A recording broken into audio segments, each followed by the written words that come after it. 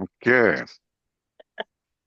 I think we've been introduced well enough before. So what we're going to do is go over three common problems that one experiences in hydrology. That happens all the time. It's not that difficult to address no matter what. These are just a couple tools that make it a little bit easier to address and present results. So in the case of estimating local flow directions from a few measured groundwater levels, that's a sort of a basic kind of thing you can recall from way back when. Refining our flow path interpretation by looking at water quality changes. This is one of those things that's more useful to you when you have kind of less information on what the potential is doing and there's more speculation. And the last one is to graphically estimate and project slopes of water level changes in a well.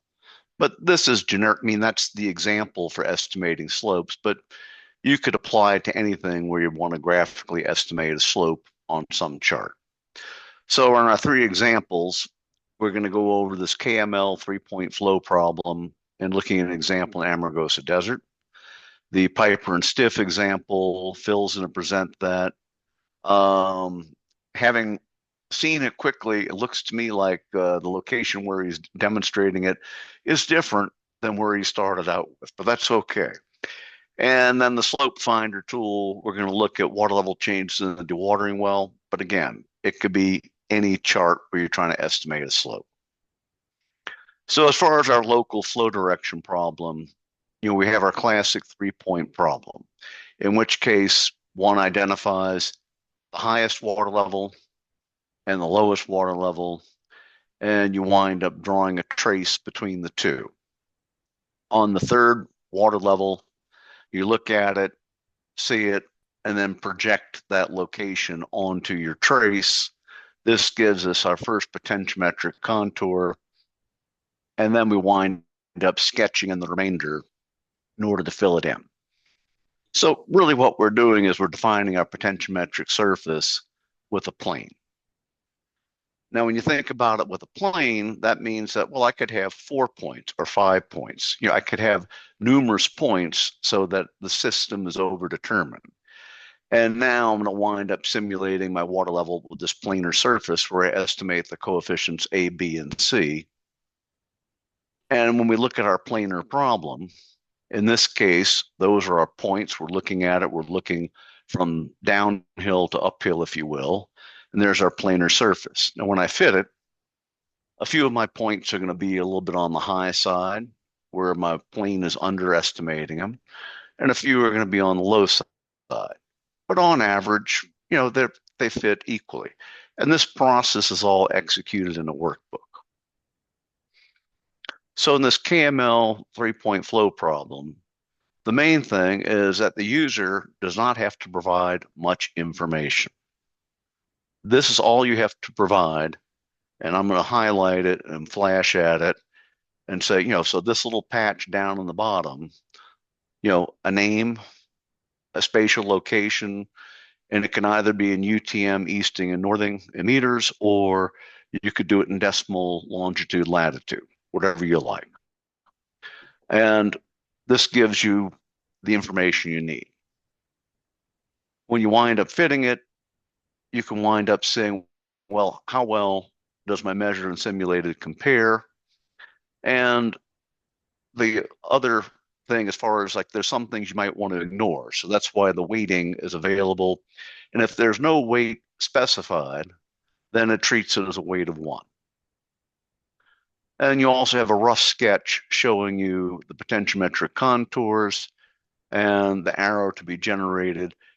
Mostly this is to give you a rough idea of scale so that as you adjust, say, arrow size or contour interval, just to get a sense of what it would look like immediately before you write out this KML. But when you write out the KML, it comes out, shows it, and it puts a big fat arrow on the thing so you can see what's going on. And credit goes to Johnny Zahn for insisting on putting the big fat arrow. I said, isn't that overkill? But yeah, it does make it manager simple to get the idea which way is the water going. So we've looked at this example, and this is in the green water range. We're going to change and move our focus over to around Ash Meadows, and Devil's Hole, where we're going to treat the water levels mostly in the springs as what we're going to analyze and pay attention to.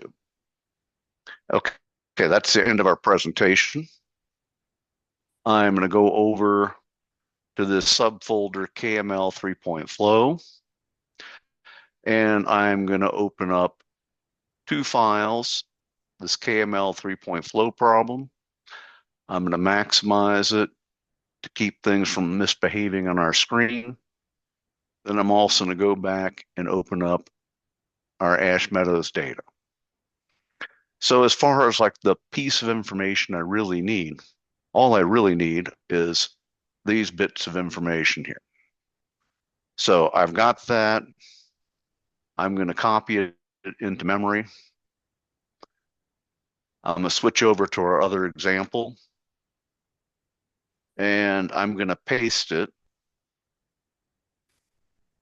I'm trying to do this without being bad, but I'm going to go paste special as values. Okay, so you can see how everything moved from where I was to what it looked like before. We're going to do a new range on here. Ash is our new name. I'm going to just say, fine, refresh. I'm not going to change anything or do anything differently. And it gives me a rough sketch. And in this case, through fiddling and analysis, you would eventually learn that the point of rock springs are the ones that are kind of throwing things off a bit. So I'm just going to say 0 and 0 so it doesn't pay attention to it. You would not know this immediately. You would fiddle a few times before you knew. And you can see how, yeah, now you can explain the rest of the springs, and these things lay off the mark a bit. And as far as our spacing goes, this is a 100-foot interval. So let's just write the KML and see what it looks like and get a sense.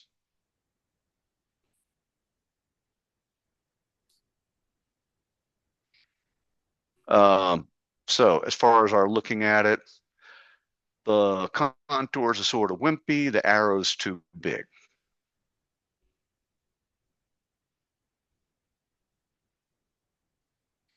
So change our contour interval to, say, 25.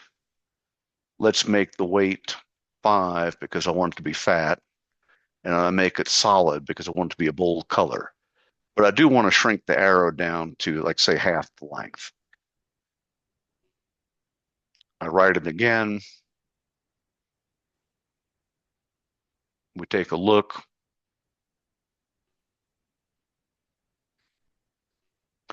And it looks, a little bit better than we did before. And we can go through, play games, look at it in perspective, depending on how we want to put things together.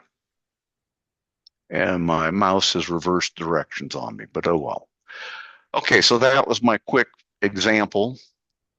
Do I have any questions about this before I pass things to Phil?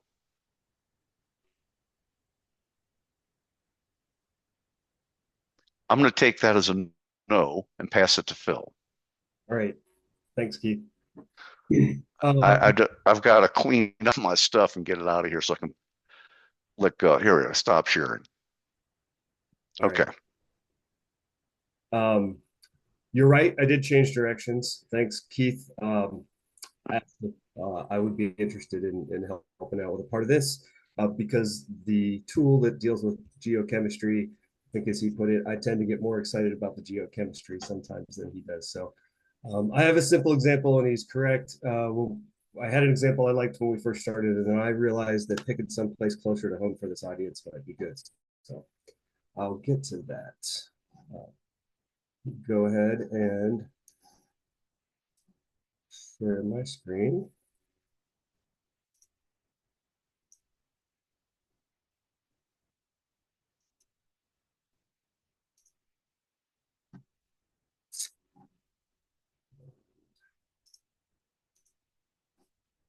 Okay. So the next example is another Excel-based tool that makes it simple to generate Piper and stiff diagrams for use in different ways. Piper and stiff diagrams are probably pretty familiar to most. They're tools to help interpret and visualize major ion chemistry of waters. So an example of a Piper diagram here on the left and an example of a stiff diagram on the right. The Piper diagram is a nested trilinear diagram that plots, let's see if I can't get that.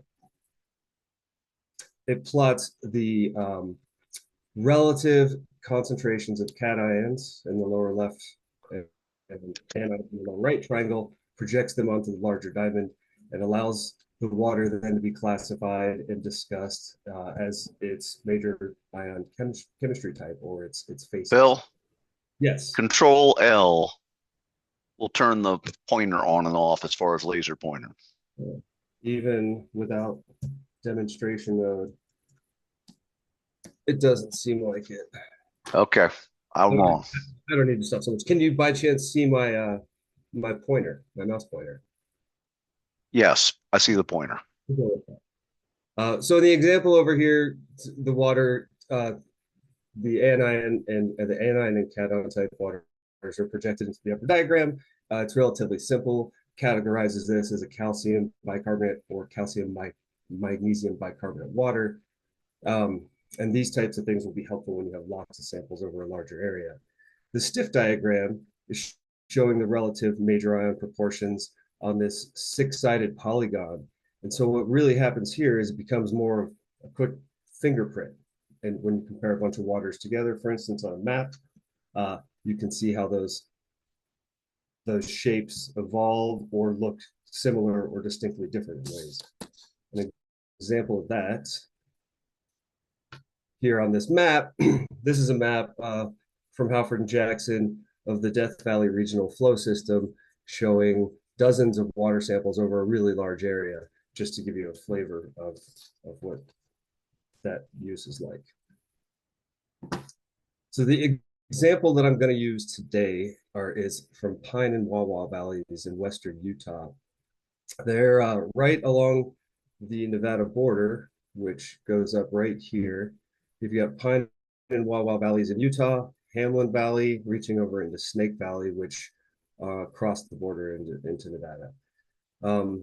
The figures are roughly showing potentiometric contours in the red lines and flow directions from those contours in the blue arrows. So these are undeveloped basins in western Utah that are currently being developed for groundwater export, similar to an SNWA project or the SNWA project a lot of people probably are familiar with in eastern Nevada. So when being looked at for water rights applications and proposals to develop this, the reference for the effective sustainable yield was 28,000 acre feet, and it was a max econ estimate made in the mid 70s, mid 1970s, and effectively this is a recon level estimate in Utah. The basins are unique though; they're closed basins at the surface, and a lot of folks are probably familiar with subsurface interbasin flow in parts of the Great Basin. These two basins do not have any valley expression of natural discharge in the valley. These two basins, all of the groundwater in the valley aquifers leaves the basins via subsurface. So that makes the max econ estimate a little extra uncertain, I would say, because it can't be balanced against observable discharge. So that makes them unique, and I think provides an example of how there's a lot to think about as this project was going. There's a lot to learn and update. So I can't dwell on a lot of that, but the groundwater chemistry was used as a significant part of the update because of the lack of wells and data in these undeveloped valleys. One particular question was whether or not the substantial number of springs that ring these valleys on the foothills were connected to the valley aquifer or not, and whether they were susceptible to drying up as development began. The developer had hypothesized that these springs were all perched, and so using the geochemistry was one of the tools that we had to look into that question. And this is where the tool comes in. The Piper and Stiff tool. We're looking at major ion chemistry as one of many other tools that were used in this significant larger suite of chemistry. Um, but this Piper and Stiff tool makes this very easy. As I described these diagrams earlier, as the Stiff as the fingerprint and the Piper as the plot where you can look at the groupings and the types of the waters. Very simple concepts. The plots themselves aren't that simple to just quickly demonstrate or to quickly just generate on your own. So it's nice to have a tool that will do this really. And this tool is macro enabled, very quick and easy to use, intuitive. And it generates also, like the last we saw, a pretty usable, shareable KMZ file. Works really well when you're working with collaborators or cooperators. You want to give quick glimpses of how data is starting to look for discussions and things. And I also use it to generate the basic figures for some publication in a lot of cases. So I just included the next two worksheets really as a reference for someone to go back and look at. And then I'll go through a demonstration of the use of it like Keith did with the 3-point problem. So there are two main worksheets that you're working with, the data worksheet and the Piper worksheet that generates the plots. This is what the data worksheet looks like. It has required data and calculated data. The required are everything from column A, longitude, latitude, the group, which is something you select if you want to suggest that your waters want to be broken out and symbolized by groups. The site name, and then the major ion concentrations in milligrams per liter. Then the calculated information is the last two columns over on the right. The TDS, an estimate of the TDS is calculated from the major ion concentrations and the charge balance. What I didn't mention was that as these concentrations are entered in milligrams per liter, which is very common we get, this sheet goes ahead and converts that to milliequivalents per liter, which is required for generating the plots. The other thing you see here, so you see the TDS estimate and the charge balance. Charge balance is a measure of the quality of the chemistry analyses. And so if we have good analyses, we'd have the same number of positive and negative charges. So once it calculates the milliequivalents, it goes ahead and adds up and shows you the difference. At the very top above that, there's an area where you can choose the level of uncertainty you would accept. It's very common in our work to accept plus or minus 5% on these. So I'll show an example of that as we move on. And the calculated milliequivalent concentrations are available. They're just hidden initially, and there's just a little toggle box at the top you can select, and it will open those up. Then you move on to the Piper worksheet, where the plots are generated and the external files that you can use are written. The Piper plot is standard and comes symbolized according to the groups that you have. I was just looking at the groups, sorry. And the groups are, as I mentioned on the previous worksheet, something that's in the data that you paste in. So once those groups are pasted in red, this symbolizes them individually.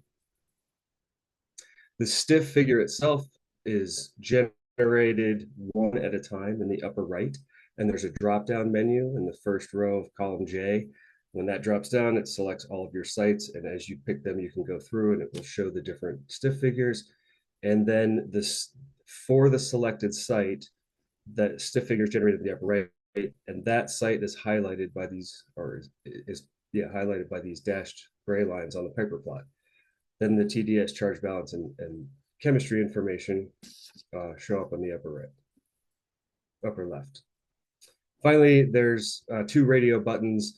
One's for generating diagnostic stiff plots. So it will generate a grouping of the stiff figures in its own plot by the group that you've selected. So you can look at those and spend some time thinking about, all these, does it make sense that these are grouped? Are these the same family of waters or not? And finally, generate a KMZ of the stiff plots that you view in Google Earth. And I have in parentheses one little note here where it says unhide the control worksheet. I'll explain that next as I demonstrate them. So I'm going to stop this share real quick and move on to, let's see here.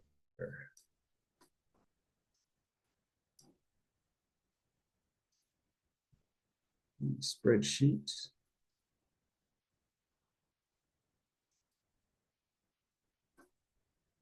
Itself. Okay. So this is an example of exactly what you see when you download this for use. And it's pre-populated with an example data set from the Death Valley, Amargosa area. I'm going to go ahead and go through it step by step. The first thing you have to do is just paste your data in. So just to be clean, I'll go ahead and delete everything that's in here so you can see what happens. That disappears. All the calculated numbers disappear along with the shading for the charge balances.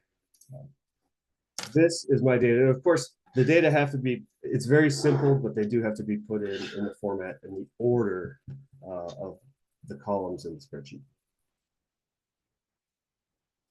Here, I don't have to do anything fancy except paste the data because that was already put in this order. And you can see it shows up. It makes it look like about 30% of my samples may not be that good because they're highlighted red for not having a charge balance better than plus or minus 2%. But as I mentioned, we're pretty used to working with plus or minus 5%. So when you change it to 5%, you have really no bad actors. The data set looks pretty good, and that is about all there is to show in this, except I will point out the radio button that then shows the mill equivalent concentrations that are calculated for you. It's just closed to keep things clean and simple by default. So then we move on to the next sheet, which was previously populated with all the Ash Meadows, Amargosa area samples. We click refresh, give it just a second, and it will go ahead and import the data and the groups that were selected in our data set.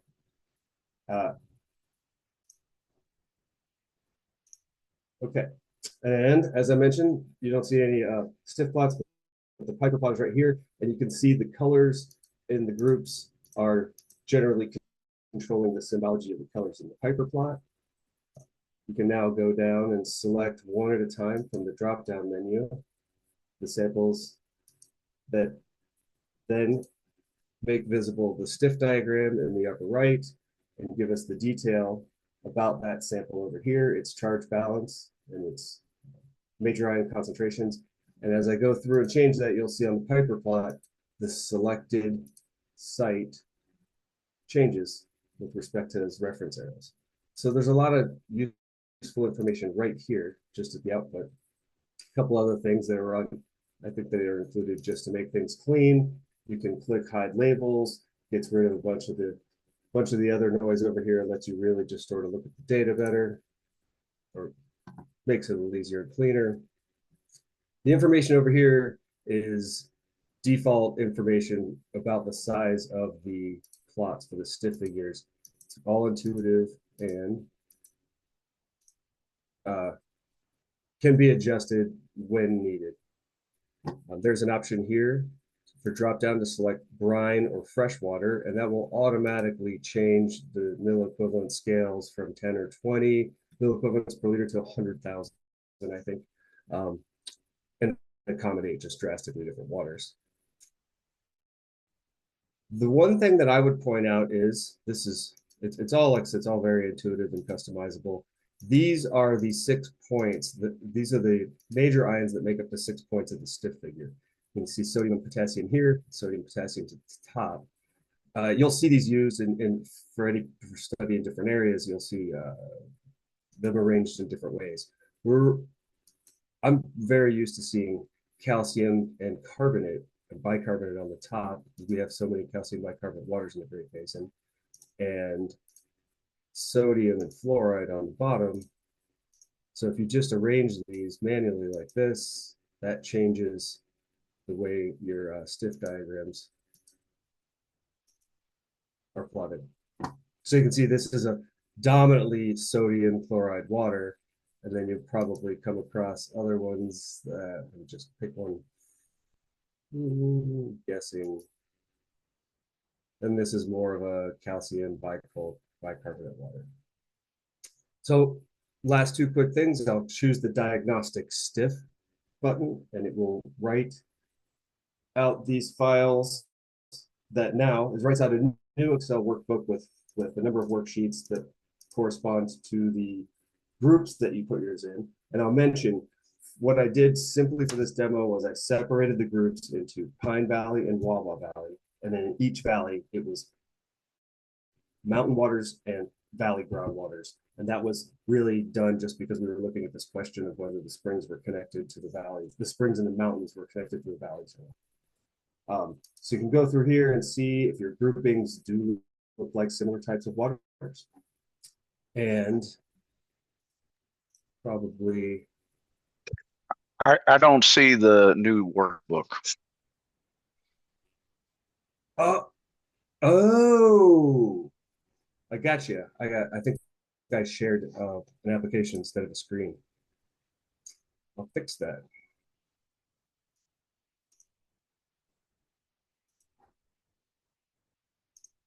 You should see the new workbook here with the 4 tabs at the bottom for the worksheets with the. Yes. And so what these diagnostic plots are showing the concentrate, the mill equivalent per liter concentrations of the major ions that you see on the axes. So waters that are, I think this is a pretty good example. These waters all look quite similar. And then when you get into Wawa Valley groundwaters, they look similar with respect to their relative amounts of sodium, carbonate, chloride, magnesium. But the one thing you notice is one of these samples, it doesn't look like the others, has a whole lot more sodium and chloride, which makes sense. It's at the north end of the valley and approaching a big saline flat. And then I'll go ahead as the last thing and demonstrate KMZ that gets written and opened into the work.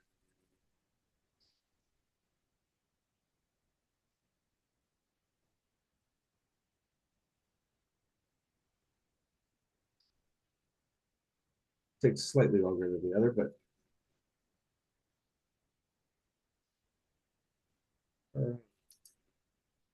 so there they are, symbolized, colored, I guess, by the 4 different groups. So we have the Wawa Valley, the brown, I'd say, with the Wawa Valley mountain samples, the green being the valley samples, and then in Pine Valley, it's dark blue and light blue in this case, not the most distinct. But the thing that you can notice right off the bat, and the best example of this, just to point out in a second, is that almost all of the mountain waters surrounding these are higher in TDS and have a slightly different chemistry than these Hmm. valleys.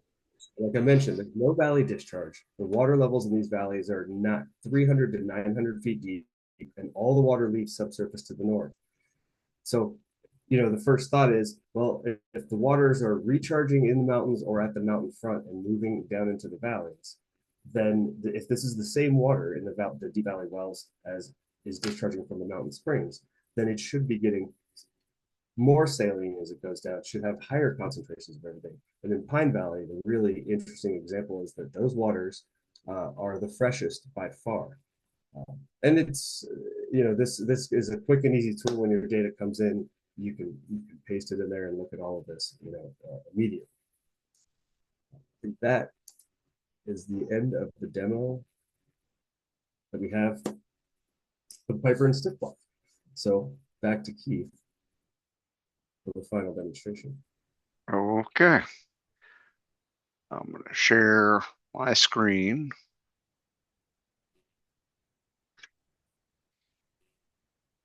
And let me close this. I didn't ask if anyone had questions now, which I could take now, or we could just do at the end.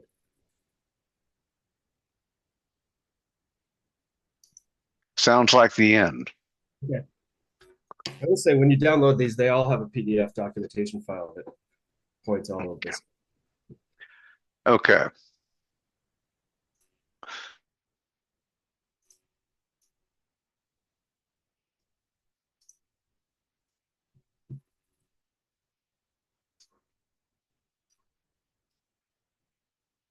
To do it, you draw on a line. My internet connection is unstable. Okay. Am I working or is it not working? Somebody tell me. It's good to me. Okay. I can see slide two. Okay. No, I just, whatever. The Zoom was warning me, so I figured I'd ask. All right. So you drew a line, you move it down, and you pick off the values off the chart. So in this case, 500 feet of change over 4 years, 125 feet per year, or about 0.34 feet per day. That's one way. Another approach is you select the series, add a trend line, throw it in. In this case, 0.2 of a foot per day isn't quite what I was after, but it's kind of giving me an idea. I stick in another trend line on the green series, and that's just utterly useless and not helping me.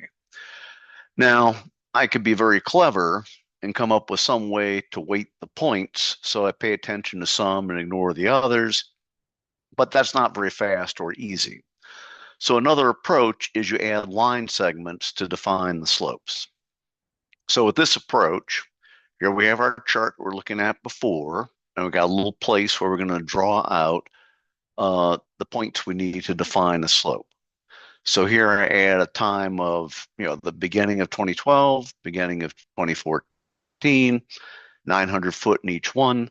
And my slope is just simply looking at the latter water level minus the earlier water level divided by the difference in time. And the dates, when you read them, no matter what they look like, they're always in decimal days since 1/1900. So that's why you're calculating feet per day as far as that slope is concerned.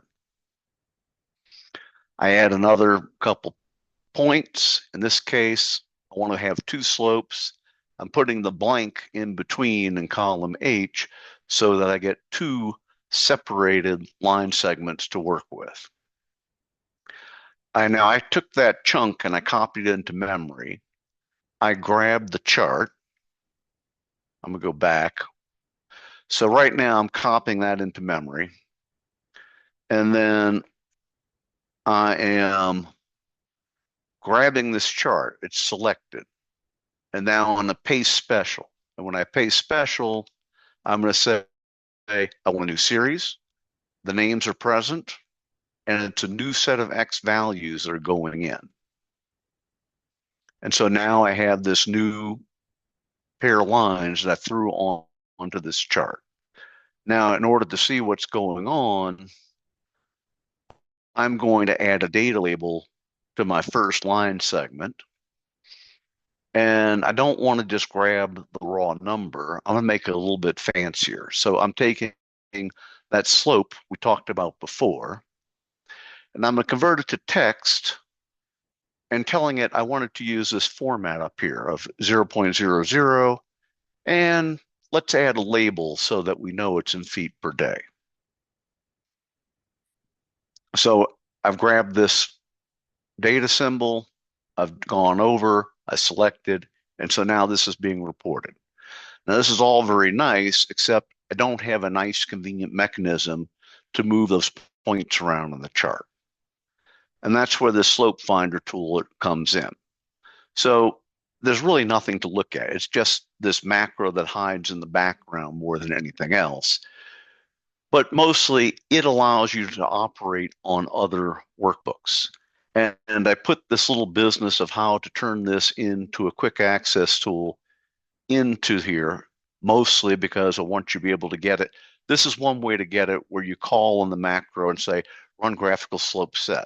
But it requires you think too much and makes it a pain to use. That's why we want to be able to set this thing into the quick access toolbar. So in adding this macro to our quick access toolbar, we wind up grabbing up at the top and saying, I want to add more commands. And we're going to go through this exercise again. This is in this presentation mostly so you have a record of it after the fact. It says popular commands, but then you can also change it so that you're specifying a macro. And this could be any macro you feel like. So this graphical slope set, we add it, it moves on over, it puts it into this toolbar. The symbol that goes with it is very unclear. So let's change that symbol. So we're going to modify and pick this little slopey looking thing, and that becomes our symbol. Then we say OK, and it comes down, clicks, and now that symbol is in this quick access toolbar, so we have ready access to it.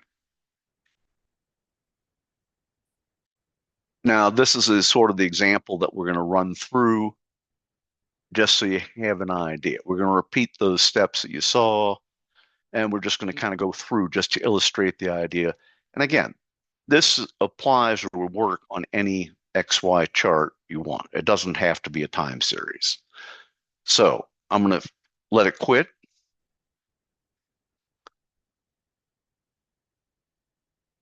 I'm going to the Slope Finder tool workbook. First, I'm going to open up the tool. As I said, it's not very informative as is. I would type Alt F8 if I wanted to find it, but again, that's not very convenient, so we don't want to do it. Or if I say Alt F8 and run, it's going to come back and say, well, you know, you haven't selected a chart or anything in a chart, so I'm not going to do anything. So we're going to go up to this upper corner, and we're going to go through and we're going to add it to the toolbar. So more commands, popular commands. Well, here's a macro. And graphical slope set is one we had. We're going to add it. It, of course, has the ugly icon I talked about before. If you want to use a different icon, you use it. But I'm going to stick with this one since that's what I've kind of have in my mind. And so now this thing is readily accessible. And I'm going to close this workbook for the moment.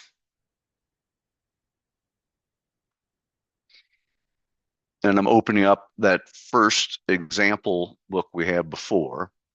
I think we can make it a little bit larger, and that's fine, hopefully. And right now I grab this and I click on it, and it says, well, wait a second. Do you really want me to enable this? Yes, please. Okay.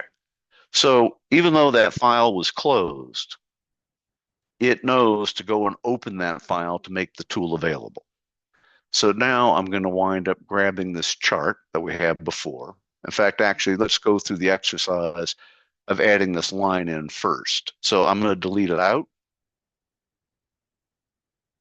So I'm highlighting this bit we had before, copying it to memory, grabbing the chart. I'm going to paste it, special. And I'm not sure if this, yeah, this is part's kind of rude to you, sorry. Series, names, X, okay. So I've added this chart. Why exactly the symbology is that strange, I don't know. And it's hiding under Phil's face, so I can't really see what's going on. So I'll just go and do it this way. Okay, we're just going to leave it big fat lines like that and not worry about it too much. As far as adding that data label, all right. So when I click here, I've selected the whole series. I'm clicking again, so I select just the one data point. Notice it says add data label. I'm going to back off again. It says add data labels plural. I don't want to do that. I just want to add a data label.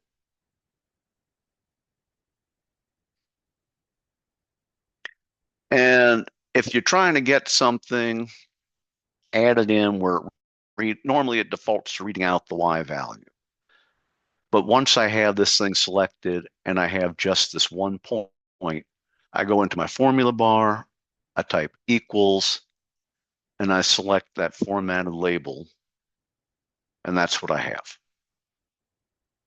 So now we're going to go through and use a little slope finder tool. So I'm clicking on it, and it says, well, look, you got 2 line segments available. Which one do you want to vary? Well, I'm going to vary the first one. And now it's just this line object that I can kind of move around, put things to like so.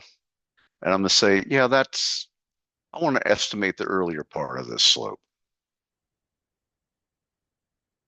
Okay, I think that's good enough. Fine. I click it again, and it comes back, and it converts it back from a line to these points. It changes those values, and it reports back to me that it's 0.54 feet a day. And it does have some safeguards so that, okay, let's change this. So see right now, these points that where the 1,000 are values. So I'm going to make it an equation. And so we're going to try it again where I've turned it to an equation. Oh, I'd already selected that. Never mind. All right.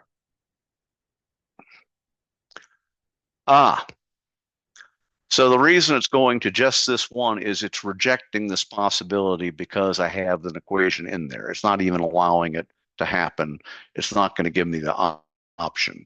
You can set the thing so it gives you the option to destroy equations, but usually it's something you want to avoid. So in this case, I'm going to turn this 1,000 back into a number. Say it's just a number. And now that second series is available for me to fit.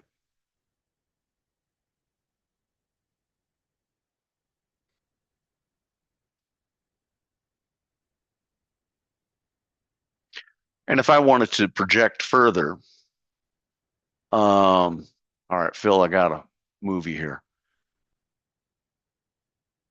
So I'm going to make this say 1/2/2022. And as far as the depth below land surface, it says it's auto, but I'm going to make it like, I don't know, 1,600. Now, we grab it again. I have this larger plot defined. I'm going to alter that second plot, second line segment, excuse me. And if I want to project it forward, okay, now I have the thing projected forward. Okay, so that's the end of our demonstration of the slope finding tool. And at this point, I'm going to stop and we'll just answer whatever questions we can. Okay, bye. Oops, get rid of that one. Okay. Any Does anybody have questions? any questions?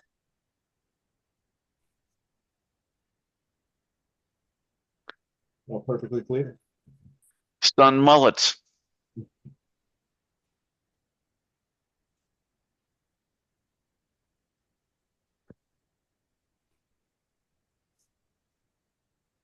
I'll say I haven't used the other two of those tools. I've just used the Piper and Stiff one over and over, but I think I definitely give this a try when you're working with the right kind of data sets and you're doing stuff repeatedly.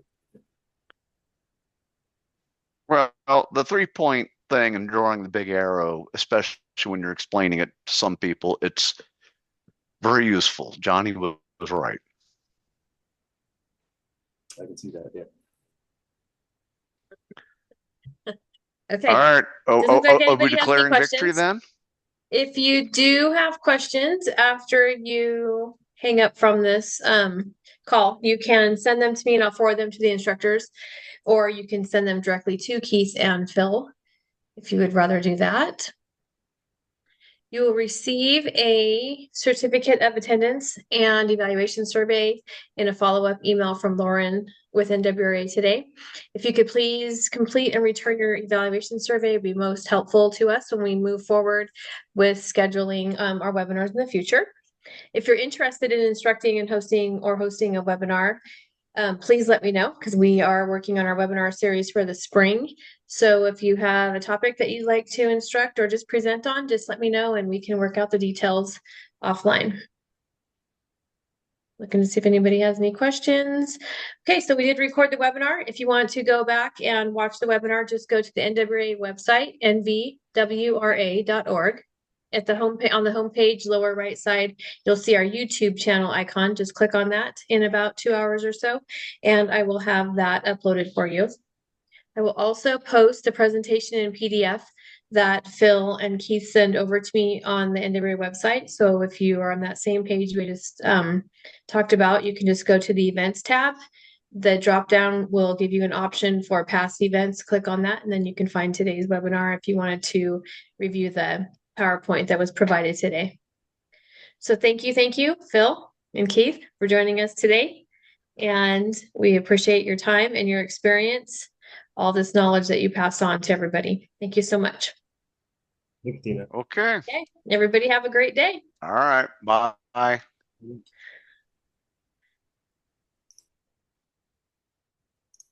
How'd you do?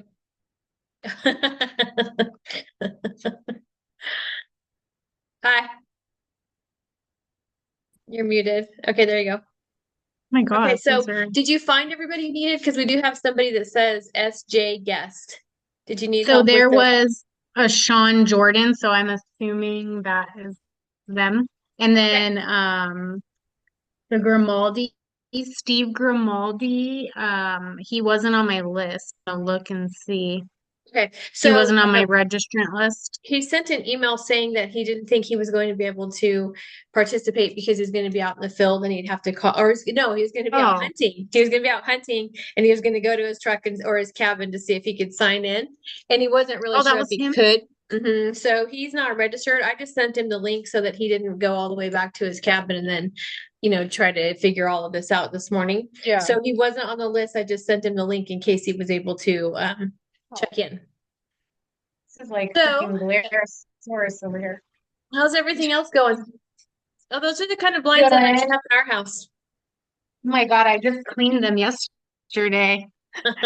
They're such a pain in the to clean. Keith's calling me. I'll Just- talk to you in a little bit. Okay, okay. Okay. Bye. Hi. How are you?